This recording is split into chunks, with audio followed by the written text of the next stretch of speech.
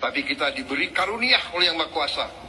Kita punya kelapa sawit. Kelapa sawit bisa jadi. Well, to be honest, sebenarnya yang diberi karunia oleh Tuhan Yang Maha Kuasa itu Afrika Barat. Karena tanaman kelapa sawit itu berasal dari Afrika Barat.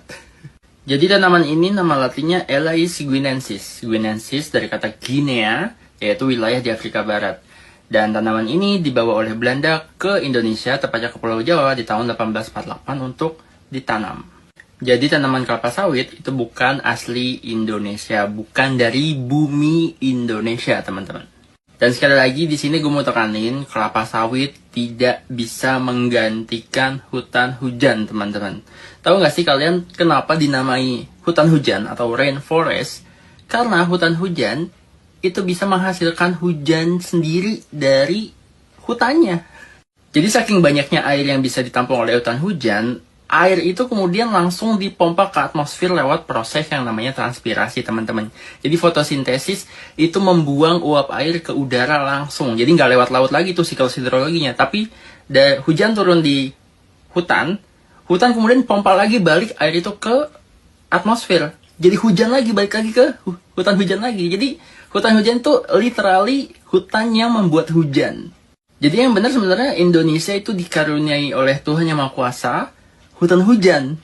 Kita punya hutan hujan yang salah satu yang tertua di bumi malah, yaitu hutan hujan Borneo yang usianya mencapai 130 hingga 140 juta tahun, teman-teman. Nah, tadi gue bilang hutan hujan bisa menampung banyak air. Iya, karena dia nggak cuma satu batang tok kayak kelapa sawit, tapi banyak jenis pohon. Dan punya banyak struktur lapisan, kayak emergent layer, canopy layer, understory layer, forest floor. Bahkan lantai hutan hujan itu bisa terdiri dari lahan gambut yang bisa menampung banyak air, seperti spons. Gue akan mengutip pernyataan dari Dr. Hatma Suryatmojo. Dia bilang kalau peran hutan hujan itu sangat penting dalam retensi air. Di situ dia bilang, bahkan lapisan paling atasnya sendiri, lapisan kanopinya, itu berperan penting dalam menahan 15 hingga 35% hujan yang turun, teman-teman. Dan lapisan tanahnya, ya dari hutan hujan, itu bahkan bisa menyerap hingga 55% hujan yang turun. Jadi, menyisakan 10 hingga 20% air hujan total yang turun di hutan hujan untuk mengalir ke sungai-sungai.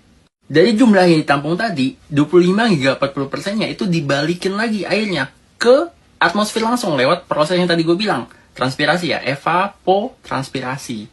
Jadi yakinlah, hutan hujan itu karunia Tuhan buat Indonesia.